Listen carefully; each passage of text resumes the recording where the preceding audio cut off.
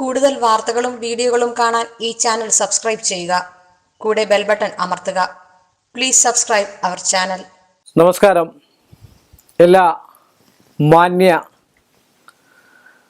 പ്രേക്ഷകർക്കും ജ്യോതിഷ വിശ്വാസികൾക്കും ജ്യോതിഷ പ്രേമികൾക്കും എൻ്റെ എളിയ എപ്പിസോഡിലേക്ക് നിസ്സീമമായ സ്വാഗതം.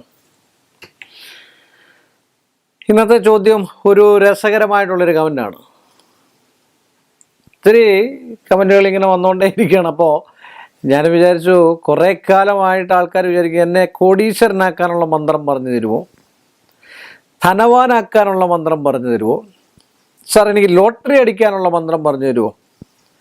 കഷ്ടമല്ലേ, നമ്മളൊരു ലോട്ടറിയോ അല്ലെ കോടീശ്വരനോ ആക്കിയില്ലെങ്കിൽ ഒരുപാട് നാളായിട്ട് ഇങ്ങനെ ചോദിക്കുകയാണല്ലേ. അപ്പം നമ്മൾ ചെറിയൊരു മന്ത്രമെങ്കിലും പറഞ്ഞു കൊടുത്തില്ലെങ്കിൽ എൻ്റെ മനസ്സിലൊരു സങ്കടം പോലെ.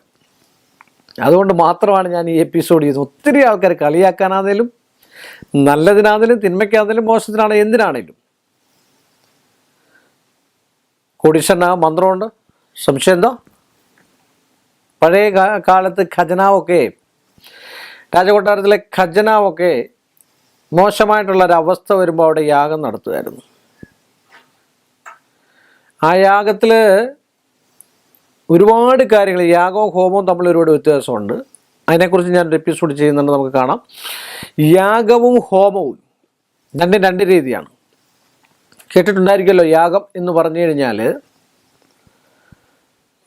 അഗ്നി സംബന്ധമായിട്ട് അതൊക്കെ പിന്നീട് ഞാൻ പറഞ്ഞുതരാം. ഇപ്പോൾ നമുക്ക് കോടീശ്വരനാകുന്നത് എങ്ങനെയാണെന്ന് നോക്കാം അല്ലേ. കോടീശ്വരനാകണം, ധനവാനാകണം, ആൾക്കാരുടെ ആഗ്രഹങ്ങളല്ലേ.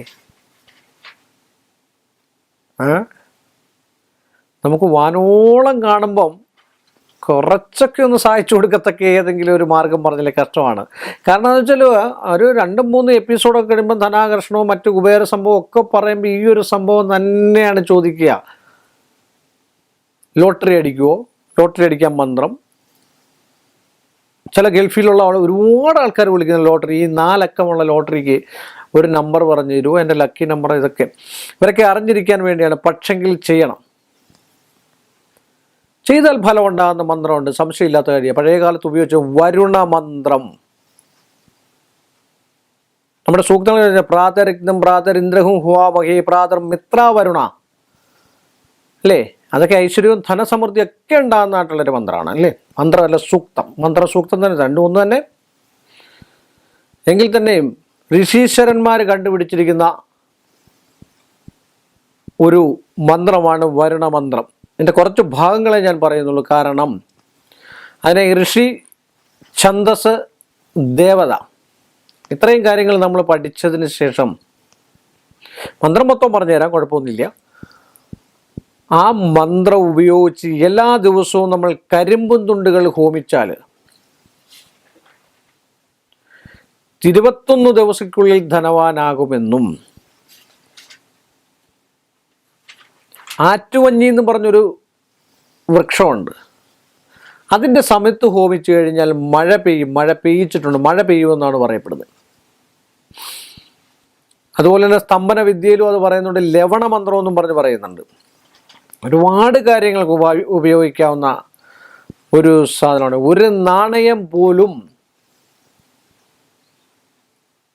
നമ്മുടെ കയ്യിൽ നിന്ന് നഷ്ടപ്പെടാതിരിക്കാനാണ് ഈ മന്ത്രം ഉപയോഗിക്കുന്നത്.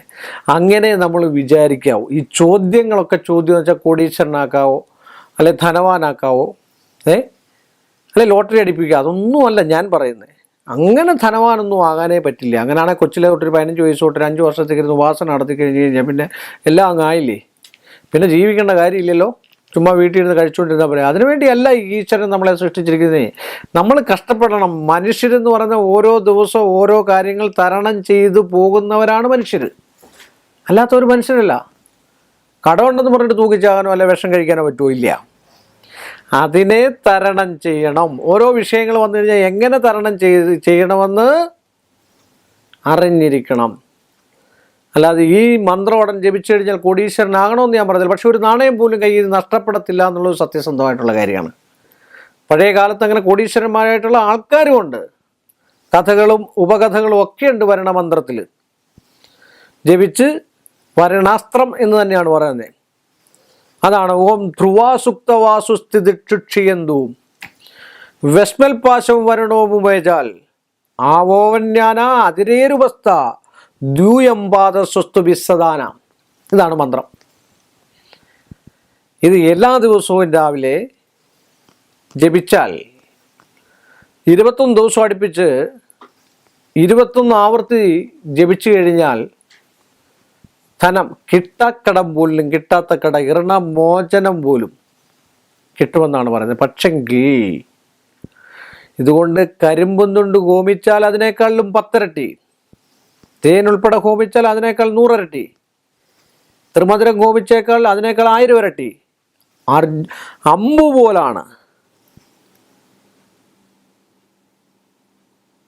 ദശം ശതം അങ്ങനെ അങ്ങോട്ട് പൊക്കോളുകയാണ്. അത്ര ശക്തിമത്തായിട്ടുള്ളൊരു മന്ത്രമാണ് വരുണമന്ത്രം.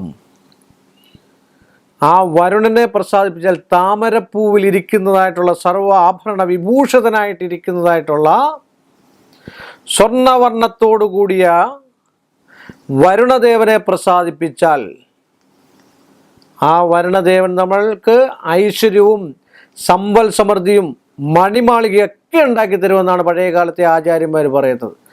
പഴയ കാലത്തെ ആചാര്യന്മാർ ചെയ്യുന്ന പോലെ നമുക്കിന്ന് പറ്റില്ല. എങ്കിൽ തന്നെയും നിങ്ങളുടെ പേഴ്സിൽ നിന്ന് ഒരു നാണയം പോലും പോകാതിരിക്കാനുള്ള ഏറ്റവും ഉത്തമമായിട്ടുള്ള ലോട്ടറി എടുക്കുന്നവരൊക്കെ ശ്രദ്ധിച്ചോളുക. ധനം ആഗ്രഹിക്കുന്നവരൊക്കെ ശ്രദ്ധിച്ചോളുക. അവർക്ക് വേണ്ടി മാത്രം ചെയ്താണ് ഈ എപ്പിസോഡ്. എപ്പോഴും ചോദിച്ച് ഉത്തരം കൊടുത്ത് മടുത്തുപോയി. കാര്യം അതുപോലെ ധനവാനാകാൻ എന്തുമാത്രം ആൾക്കാർക്കാണ് മോഹം എന്നറിയാം.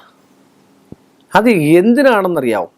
ഒരാളെന്നെ വിളിച്ചിട്ട് ചോദിച്ചതാണ്, എൻ്റെ ജ്യേഷ്ഠൻ്റെ മകൻ കുറേ കാലമായിട്ട് ധനം ഉണ്ടാക്കിക്കൊണ്ടിരിക്കുകയാണ്, പെട്ടെന്ന് ധനം ഉണ്ടായതാണ്.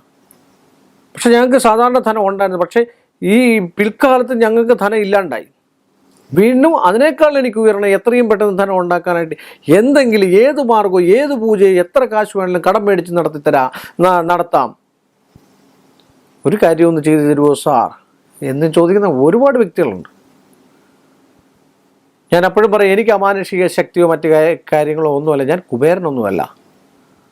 ഞാൻ സാധാരണ ഒരു മനുഷ്യൻ, സാധാരണ ഒരു വിധത്തിലൊക്കെ നിത്യജീവിതം തള്ളിപ്പോകുന്നതായിട്ടുള്ളൊരു മനുഷ്യനാണ് ഞാൻ.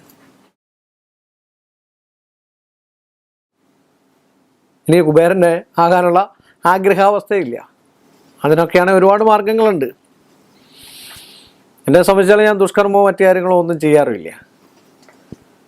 പിന്നെ ഇതുപോലുള്ള എപ്പിസോഡുകളിലൊക്കെ ഞാൻ ഇതൊക്കെ പറഞ്ഞു കൊടുക്കാറുണ്ട്. കാര്യം ഇവരുടെ മോഹമാണ്. പറയത്തില്ലേ, ഒരുപാട് മോഹിച്ചാൽ ഇച്ചിരെങ്കിലും കൊടുക്കണം. അതുകൊണ്ട് മാത്രം ഞാനിത് പറഞ്ഞതേ ഉള്ളൂ.